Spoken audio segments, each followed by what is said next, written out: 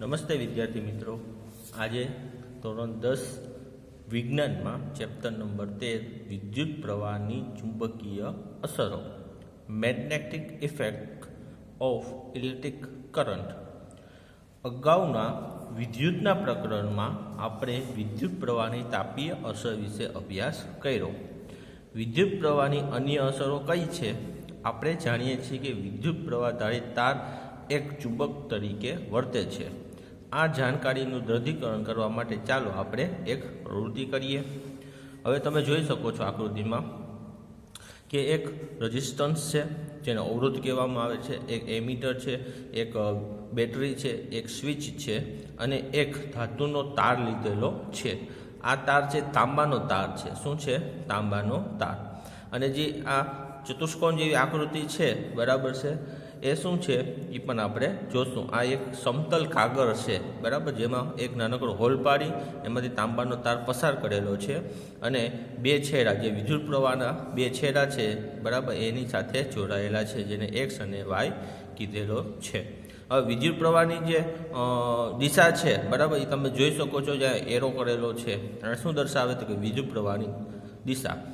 એમ ખબર ન પડે તો અહીંયા પ્લસ અને માઇનસ નિશાની જોઈ લેવાની. પ્લસ હોય ત્યાંથી વિદ્યુત પ્રવાહ ચાલુ થાય અને પાછો માઇનસમાં આવી જાય. હવે પ્રવૃત્તિ શું કહે છે એ જોઈએ કે આકૃતિ 13.1માં દર્શાવ્યા અનુસાર વિદ્યુત પરિપથમાં બિંદુઓ એક્સ અને વાયની વચ્ચે એક સુરેખ જાડો તાંબાનો તાર, બરાબર, ગોઠવેલો છે. આ એક્સ વાય કાગળના સમતલને લંબ રૂપે ગોઠવેલો છે, એટલે કે જે આપણે પુઠ્ઠું કહેવાય કાગળમાં હોલ પાડી અને આપણે તાંબાનો જે તાંબાનો સળિયો છે કે તાર છે એને રાખેલો છે. આ તાંબાના તારની નજીક એક નાના હોકા યંત્ર, એટલે કે કંપાસ બોક્સને સમશીતોષ રહે તેમ આપણે ગોઠવવાનું છે. એટલે એ પુઠ્ઠા ઉપર આપણે એક હોકા યંત્ર આપણે મૂકી દેવાનું. તેની સોયની સ્થિતિનું શું કરવાનું છે? આપણે અવલોકન કરવાનું છે કે અત્યારે જે સોય છે એ કઈ દિશા દર્શાવે છે, કઈ જગ્યાએ છે, એ આપણે જોવાનું છે. હવે કરમાં પ્લગ દાખલ કરી પરિપથમાં વિદ્યુત પ્રવાહ પસાર કરો, બરાબર. એટલે કે કર છે એટલે કે સ્વિચને ચાલુ કરવાની. ચાલુ કરશો એટલે વિદ્યુત પ્રવાહ પસાર થશે. વિદ્યુત પ્રવાહ પસાર આપણે કરશું ને પછી હોકા યંત્રની જે સોય છે એમાં શું ફેરફાર આવે છે એ આપણે જોવાનું છે. આપણે સોય કોણાવર્તન પામતી જોવા મળે છે. એટલે કે જ્યારે તમે વિદ્યુત પ્રવાહ ચાલુ કરશો, બરાબર, ને આપણે જે તાંબાનો તાર છે, બરાબર, એની બાજુમાં જે હોકા યંત્ર રાખ્યું, બરાબર, એની જે સોય છે એ કોરાવર્તન પામશે. કોરાવર્તન પામશે એટલે હલનચલન કરશે, બરાબર. આપણે ખબર છે કે હોકા યંત્રમાં જે સોય હોય એ ચુંબકની બનેલી હોય છે. હવે ચુંબક ક્યારે ગતિ કરે અથવા તો આકર્ષણ કરે કે જ્યારે કોઈ બીજું ચુંબક છે, બરાબર, એને આકર્ષણ કે અપાકર્ષણ કરતું હોય ત્યારે. આપણે અત્યારે હોકા યંત્રને તાંબાનો તાર છે એની બાજુમાં રાખેલો છે, બરાબર. એટલે આપણે એ ખબર પડી કે જ્યારે પણ આપણે સ્વિચ ચાલુ કરીએ એટલે કે વિદ્યુત પ્રવાહ પસાર થાય છે ત્યારે હોકા યંત્રની જે સોય છે એ કોરાવર્તન પામે. એનો મતલબ એમ કે જે આપણે તાંબાનો તાર છે એમાંથી વિદ્યુત ચુંબકીય ક્ષેત્ર, બરાબર, એટલે કે એમાંથી પણ ચુંબક ઉત્પન્ન થતું હશે. આનો અર્થ શું થાય? આનો અર્થ એ થાય કે જ્યારે તાંબાના તારમાંથી પસાર થતા વિદ્યુત પ્રવાહને ચુંબકીય અસર ઉત્પન્ન કરી છે. આમ આપણે કહી શકીએ કે વિદ્યુત અને ચુંબક તો એકબીજા સાથે શું છે? સંકળાયેલા છે. તો પછી આનાથી વિરુદ્ધ ગતિ કરતા ચુંબકની વિદ્યુત અસર વિશેની શું શક્યતા છે? એટલે કે એની વિરુદ્ધમાં વાત કરીએ તો ગતિ કરતા ચુંબકની, બરાબર, ગતિ કરતા ચુંબકની એટલે ચુંબક છે અત્યારે સ્થિર હતું, જે આપણે સોય હતી કેવી હતી? સ્થિર હતી હોકા યંત્રની. ધારો કે ગતિમાં હોય તો એ ચુંબક તો શું થાય? આ પ્રકરણમાં આપણે ચુંબકીય ક્ષેત્રો તથા આ પ્રકારની વિદ્યુતીય ચુંબકીય અસરનો અભ્યાસ કરશું. આપણે વિદ્યુત પ્રવાહની ચુંબકીય અસર સાથે સંકળાયેલા વિદ્યુત ચુંબકો તથા વિદ્યુત મોટરનો પણ અભ્યાસ કરીશું તથા ગતિમાન ચુંબકની વિદ્યુતીય અસર પર આધારિત વિદ્યુત જનરેટરનો પણ અભ્યાસ કરશું, બરાબર. પણ હાલમાં કોરોના છે એટલે આપણે વિદ્યુત મોટર અને વિદ્યુત જનરેટર, બરાબર, આ કોર્સમાં રાખેલો નથી, બરાબર, એ આપણે બાદ કરેલો છે. હેન્સ ક્રિયન્સ ઓર્નેસ્ટ 19મી સદીના એક અગ્રણી વૈજ્ઞાનિક હેન્સ ક્રિયન્સ ઓગસ્ટે વિદ્યુત ચુંબકત્વ સમજવા નિર્ણાયક ભૂમિકા ભજવેલી છે. 1820માં તેમણે અકસ્માતે શોધી કાઢ્યું કે ધાતુના તારની નજીક રાખેલા હોકાયંત્રની સોય તારમાં પ્રવાહ પસાર કરતા કોરાવર્તન પામે છે। આ અવલોકન દ્વારા ઓર્નેસ્ટે દર્શાવ્યું કે વિદ્યુત અને ચુંબકત્વ એકબીજા સાથે સંબંધિત ઘટનાઓ છે। તેમના સંશોધને ત્યારબાદ જુદી જુદી ટેકનોલોજી જેમ કે રેડિયો, ટેલિવિઝન, ફાઇબર ઓપ્ટિકલ્સનો ઉદ્ભવ થયો। તેમના માનમાં ચુંબકીય ક્ષેત્રની તીવ્રતાના એકમને ઓર્નેસ્ટ નામ આપવામાં આવ્યું છે। હવે પછીનો જે આપણો પોઈન્ટ છે એ છે ચુંબકીય ક્ષેત્ર અને ક્ષેત્ર રેખાઓ। આપણે એ હકીકતથી વાકેફ છીએ કે હોકાયંત્રની સોયને ગજિયા ચુંબકની નજીક લઈ જતા તે કોરાવર્તન પામે છે। ખરેખર હોકાયંત્રની સોય એક નાનો ગજિયો ચુંબક જ છે। હોકાયંત્રની સોયના છેડા લગભગ ઉત્તર દક્ષિણ દિશાનું સૂચન કરે છે। ઉત્તર દિશાનું સૂચન કરતા છેડાને ઉત્તરને શોધતો અથવા તો ઉત્તર ધ્રુવ કહે છે ને બીજા દક્ષિણ દિશામાં રહેતા છોડને દક્ષિણને શોધતો અથવા તો દક્ષિણ ધ્રુવ કહેવામાં આવે છે। જુદી જુદી પ્રવૃત્તિ દ્વારા આપણે અવલોકન કર્યું છે કે સમાન ધ્રુવો એકબીજાને અપાકર્ષણ કરે છે, જ્યારે ચુંબકના અસમાન ધ્રુવો એકબીજાને શું કરે છે? આકર્ષણ કરે છે। આ તો આપણે પ્રાથમિક ધોરણથી જ આપણે ભણીએ છીએ। હવે એક પ્રવૃત્તિ કરવાનું કહે છે કે ડ્રોઈંગ બોર્ડ પર એક સફેદ કાગળને ગુંદર વડે ચિપકાવો। ડ્રોઈંગ બોર્ડ છે એની ઉપર એક સફેદ કાગળ આપણે ચિપકાવવાનો છે। એક ગજિયા ચુંબકને તેની મધ્યમાં મૂકો, બરાબર। ગજિયો ચુંબક એટલે આપણે એન અને જેને બે ધ્રુવ હોય, બરાબર, એન અને એસ। ગજિયા ચુંબકની આસપાસ લોખંડનો ભૂકો એક સરખો તમારે એને છાંટવાનો છે, બરાબર છે। અને તમે મીઠું છાંટવાની ડબ્બીનો ઉપયોગ કરી શકો છો, બરાબર। તમારે મીઠું જે આપણે ઘરમાં મીઠું છાંટતા હોય આપણે રસોઈમાં, એની અંદર લોખંડનો ભૂકો નાખી દેવાનો, પછી તમારે એ લોખંડનો ભૂકો છાંટવાનો। હવે બોર્ડને હરેકથી ટકોરા મારો, બરાબર। હવે નીચેથી આપણે જે બોર્ડ છે ને ટકોરા મારવા, ખટખટ ખટખટ, બરાબર ને। તમે શું અવલોકન કર્યું આપણે એનું ઓબ્ઝર્વેશન કરવાનું છે। હવે લોખંડનો ભૂકો પોતાની જાતે જ આકૃતિ 13.2 દર્શાવ્યા પ્રમાણે ચોક્કસ પાઠમાં ગોઠવાઈ જાય છે, બરાબર। તમે આકૃતિ જો તો જે લોખંડનો ભૂકો છે આવી રીતે રેખા તમે જો આવી ચિત્ર તમને જોવા મળશે, બરાબર। ઓટોમેટિક ગોઠવાઈ જાય જે તમે ટકોરો મારશો ત્યારે। લોખંડનો ભૂકો આવી ચોક્કસ ભાતમાં કેમ ગોઠવાય છે? આ ભાન શું દર્શાવે છે? ચુંબક પોતાની આસપાસના વિસ્તારમાં પોતાનો પ્રભાવ ઉત્પન્ન કરે છે, પરિણામે લોખંડનો ભૂકો બળ અનુભવ કરે છે અને આ બળની અસર હેઠળ લોખંડનો ભૂકો ચોક્કસ ભાતમાં ગોઠવાય છે।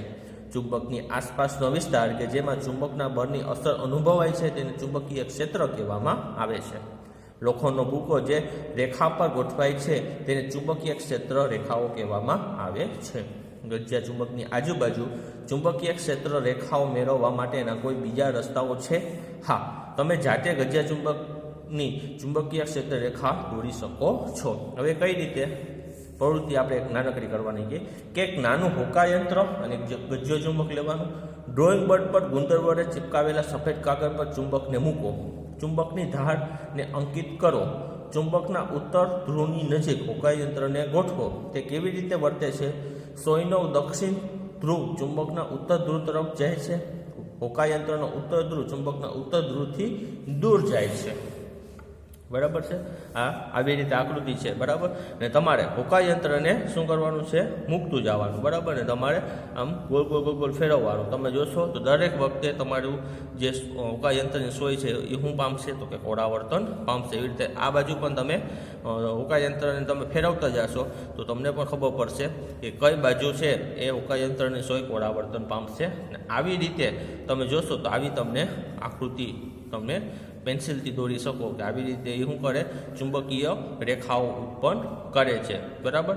જે એનમાંથી નીકળી એટલે કે ઉત્તરમાંથી નીકળી દક્ષિણ તરફ જાય છે, બરાબર। એનું ચુંબકીય જે બળ છે ક્યાં જાય છે? ઉત્તરથી ક્યાં જાય છે? દક્ષિણ તરફ જાય છે। આવી રીતે તમે આકૃતિ બનાવી શકો, બરાબર। સોયના બંને છેડાઓના સ્થાન અંકિત કરો। હવે સોયને નવા સ્થાન પર એવી રીતે ખસેડો કે જેથી તેનો દક્ષિણ ધ્રુવ પહેલાની સ્થિતિમાં રહેવા ઉત્તર ધ્રુવના સ્થાન પાસે આવી જાય। આ રીતે આકૃતિમાં દર્શાવ્યા પ્રમાણે તમે ચુંબકના દક્ષિણ ધ્રુવ સુધી ઉત્તરોત્તર ગતિ કરતા પહોંચી જાઓ છો। કાગળ પર રહેલા આ બિંદુઓને સળંગ વક્રના સ્વરૂપમાં જોડો અને આ વક્ર ક્ષેત્ર રેખા દર્શાવે છે। આ પદ્ધતિનું પુનરાવર્તન કરી તમારાથી શક્ય હોય તેટલી રેખાઓ દોરો અને આકૃતિ 13.4 દર્શાવ્યા પ્રમાણે ભાત મળશે અને આ રેખાઓ ચુંબકની આસપાસ રહેલા ચુંબકીય ક્ષેત્રનું નિરૂપણ કરે છે, બરાબર। ચુંબકીય ક્ષેત્ર કેટલું એ રોકે છે? તો આટલી જગ્યા રોકે છે અને અહીં પણ આટલી જગ્યા રોકે છે, જે ઉત્તરથી દક્ષિણ તરફ જાય છે। તેમને ચુંબકીય ક્ષેત્ર રેખાઓ કહે છે. ક્ષેત્ર રેખા પર ગતિ કરતા કરતા હોકાયંત્રની સોયના આવર્તનનું અવલોકન કરો. સોય ધ્રુવોની નજીક થાય તેમ તેનું આવર્તન વધે છે. એટલે કે તમે જેમ ચુંબકની નજીક તમે હોકાયંત્રને લઈ જાઓ એમ વધારે તે આકર્ષણ એનું થશે. ચુંબકીય ક્ષેત્ર દિશા અને મૂલ્ય બંને ધરાવતા ભૌતિક રાશિ છે. ચુંબકીય ક્ષેત્રની દિશા એ દિશામાં લેવામાં આવે છે જે દિશામાં હોકાયંત્રની સોયનો ઉત્તર ધ્રુવ ક્ષેત્રમાં ગતિ કરે છે. તેથી રેવાજિક રીતે ક્ષેત્ર રેખાઓ ઉત્તર ધ્રુવમાંથી નીકળે છે અને દક્ષિણ ધ્રુવમાં દાખલ થાય તેમ લેવામાં આવે છે. બરાબર, જે તીરની નિશાની છે એ આપણને સમજાવે. ચુંબકની અંદર ક્ષેત્ર રેખાઓની દિશા તેના દક્ષિણ ધ્રુવથી તેનો ઉત્તર ધ્રુવ તરફ હોય છે. આમ ચુંબકીય ક્ષેત્ર રેખાઓ બંધ વક્રો રચે છે. તમે જોવો તો બંધ વક્ર છે, બરાબર, વલયાકાર. ચુંબકીય ક્ષેત્રની સાપેક્ષે તીવ્રતાને ક્ષેત્ર રેખાઓની નિકટતાની માત્રા દ્વારા દર્શાવવામાં આવે છે. ચુંબકીય ક્ષેત્ર રેખાઓ જ્યાં વધારે નજીક હોય ત્યાં ચુંબકીય ક્ષેત્ર વધારે પ્રબળ હોય છે. એટલે કે ત્યાં રાખેલ કોઈ બીજા ચુંબકના ધ્રુવ પર ચુંબકીય ક્ષેત્રને કારણે વધારે બળ લાગે છે. બે ક્ષેત્ર રેખાઓ કદાપી એકબીજાની છેદતી જણાતી નથી. જો તે છેદે એનો અર્થ એ થાય કે છેદન બિંદુએ હોકાયંત્રની સોય બે દિશા દર્શાવે છે, જે શક્ય નથી. હવે પછીનો પોઈન્ટ આવે છે ચુંબકીય ક્ષેત્રમાં મૂકેલ વિદ્યુત પ્રવાહધારી વાહક પર લાગતું બળ. બરાબર, તમે આકૃતિ તમે જો તો એક સ્ટેન્ડ છે, બરાબર, અને અહીંયા બે ચુંબક લીધેલા છે. કેટલા ચુંબક છે? બે ચુંબક, બરાબર છે. એક તો ગજ્યો ચુંબક છે ને ઘોડાની નાળનો ચુંબક છે, બરાબર છે. હવે આમાં તમે આકૃતિ બીજી પણ તમે જોઈ શકો છો. કઈ રીતે? કે લટકાવેલો જે ચુંબક છે, બરાબર છે, એમાં વિદ્યુત તાર ગોઠવેલો છે, બરાબર, અને એને સ્વિચ અને બેટરી સાથે જોડાયેલો છે, બરાબર છે. નોર્મલ રીતે આ જે તાર છે, બરાબર છે, એ કયો છે તો કે એલ્યુમિનિયમનો તાર છે, એટલે કે સળિયો છે. આ છે ઘોડાની નાળનું ચુંબક છે, બરાબર છે, આપણે વાત કરીએ તો, બરાબર. હવે આમાં શું છે આપણે જોઈએ. આપણે શીખી ગયા છે કે વાહકમાંથી પસાર થતો વિદ્યુત પ્રવાહ ચુંબકીય ક્ષેત્ર રચે છે. આ રીતે ઉદ્ભવતું ચુંબકીય ક્ષેત્ર વાહકની નજીક રાખેલા ચુંબક પર બળ લગાડે છે. ફ્રેન્ચ વૈજ્ઞાનિક એન્ડ્રે મેરી એમ્પિયરે દર્શાવ્યું કે ચુંબક પણ વિદ્યુત પ્રવાહ ધારિત વાહક પર સમાન મૂલ્યનું અને વિરુદ્ધ દિશામાં બળ લગાડે છે. ચુંબકીય ક્ષેત્ર દ્વારા વિદ્યુત પ્રવાહ ધારિત વાહક પર લાગતું બળ નીચેની પ્રવૃત્તિ દ્વારા તમે દર્શાવી શકો છો. હવે એક પ્રવૃત્તિ છે કે આકૃતિમાં દર્શાવ્યા પ્રમાણે એક નાનો એલ્યુમિનિયમનો સળિયો એબી, બરાબર છે, કે લગભગ 5 સેન્ટીમીટરનો આપણે લેવાનો છે.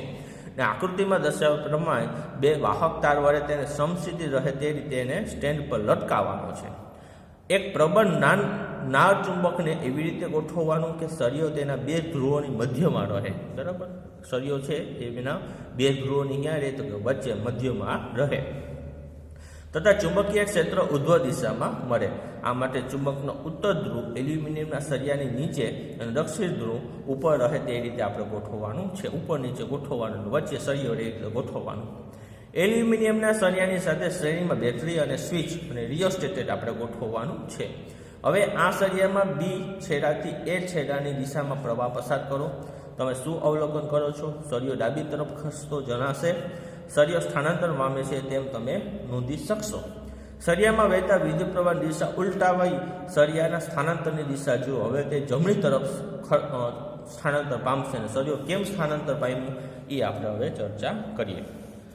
ઉપરની પ્રવૃત્તિમાં થતું સળિયાનું સ્થાનાંતર સૂચવે છે કે વિદ્યુત પ્રવાહ ધારિત એલ્યુમિનિયમના સળિયાને જ્યારે ચુંબકીય ક્ષેત્રમાં મૂકવામાં આવે ત્યારે તેના પર બળ લાગે છે.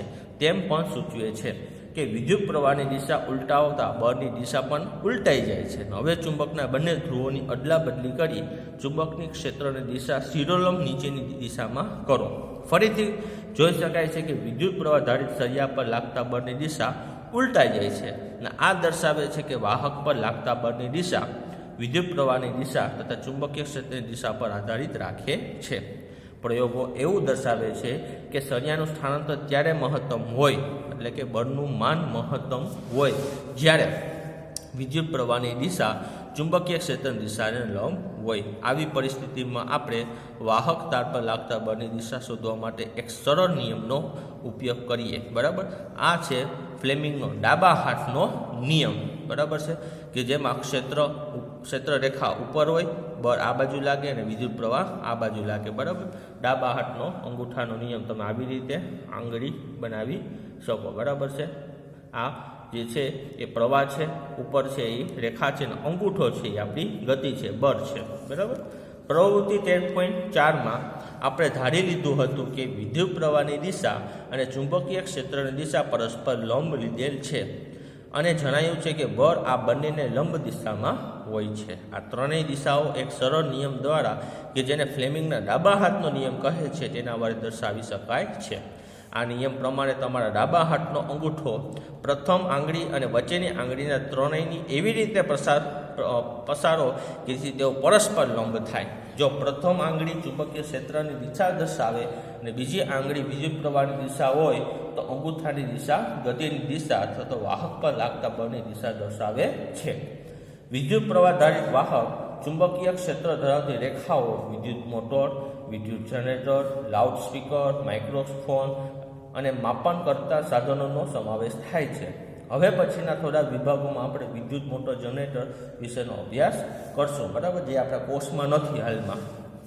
હવે ઉદાહરણ આપણે વાત કરીએ કે આકૃતિમાં 13.4માં દર્શાવ્યા પ્રમાણે એક ઇલેક્ટ્રોન ચુંબકીય ક્ષેત્રને લંબરૂપે દાખલ થાય છે.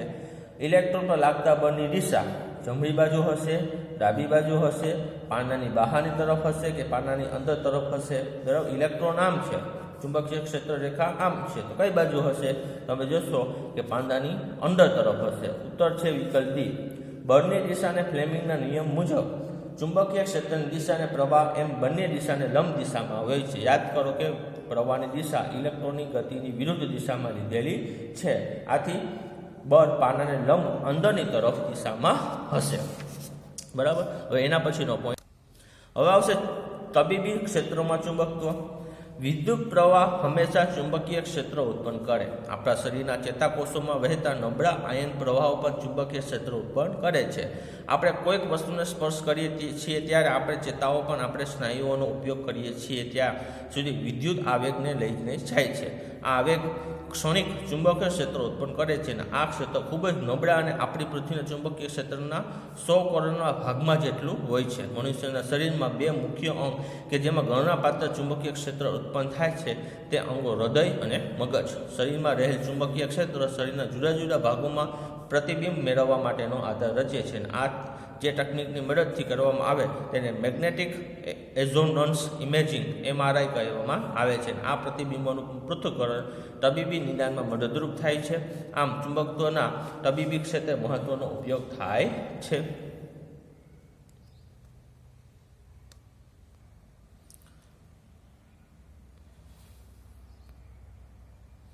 હવે વાત આપણે કરીએ તો કે ઘરેલું વિદ્યુત પરિપથો. આપણે આપણા ઘરોમાં વિદ્યુત પાવર મુખ્ય સપ્લાય જેને મેન્સ કહે છે, જે ઓવરહેડ ટેકવેલ વિદ્યુતના થાંભલા અથવા ભૂમિગત કેબલો દ્વારા પ્રાપ્ત કરીએ છીએ. તમે તમારા ઘરમાં જુઓ તો કે ભાઈ પંખા, ઇલેક્ટ્રિક ઇસ્ત્રી અથવા તો ટીવી, ફ્રીજ, રેફ્રિજરેટર, મોટર ને છે, બરાબર, એ સ્વિચ ચાલુ કરો એટલે ચાલુ થઈ જાય, બરાબર. પછી તમે જુઓ કે આ જે વિદ્યુત પ્રવાહ છે આવે ક્યાંથી? તો તમે હજી તમારી દિલ્હીમાં જાઓ તો એક ત્યાં નાનકડી સ્વિચ બોર્ડ હશે કે જ્યાં મીટર સાથે જોડાયેલું હશે, બરાબર, જે આપણે ઘરે બિલ આવતું હોય. એ ત્યાંથી તમે જોશો તો એ મીટરનો એક વાયર જતો હોય છે જે આપણા ગલીમાં જે વિદ્યુતના થાંભલા હોય, બરાબર, ત્યાંથી આવતો હશે. એ આપણે જોયું છે.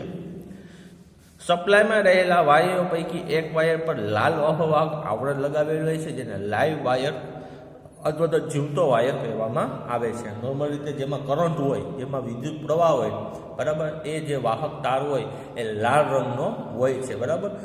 નોર્મલ રીતે તાંબાનો તાર હોય, એલ્યુમિનિયમનો તાર હોય, બરાબર, એની ઉપર અવાહક પર ચડાવેલું હોય છે. બીજો વાયર કે જેની પર કાળું અવાહક આવરણ લગાવેલું હોય છે, જે ન્યુટ્રલ કહેવામાં આવે છે. આપણા દેશમાં બે વાયરો વચ્ચે વિદ્યુત સ્થિતિમાનનો તફાવત 220 વોલ્ટેજ હોય છે, બરાબર. અમેરિકામાં ને તમે જોવો તો અહીંયા 110 વોલ્ટેજ છે, બરાબર. આપણે 220 વોલ્ટેજ છે, બરાબર. આ ખાસ ધ્યાન રાખવાનું, બરાબર. ઘરમાં લગાવેલ મીટર બોર્ડમાં આ વાયર મુખ્ય ફ્યુઝમાંથી પસાર થઈ એક વિદ્યુત મીટરમાં દાખલ થાય છે.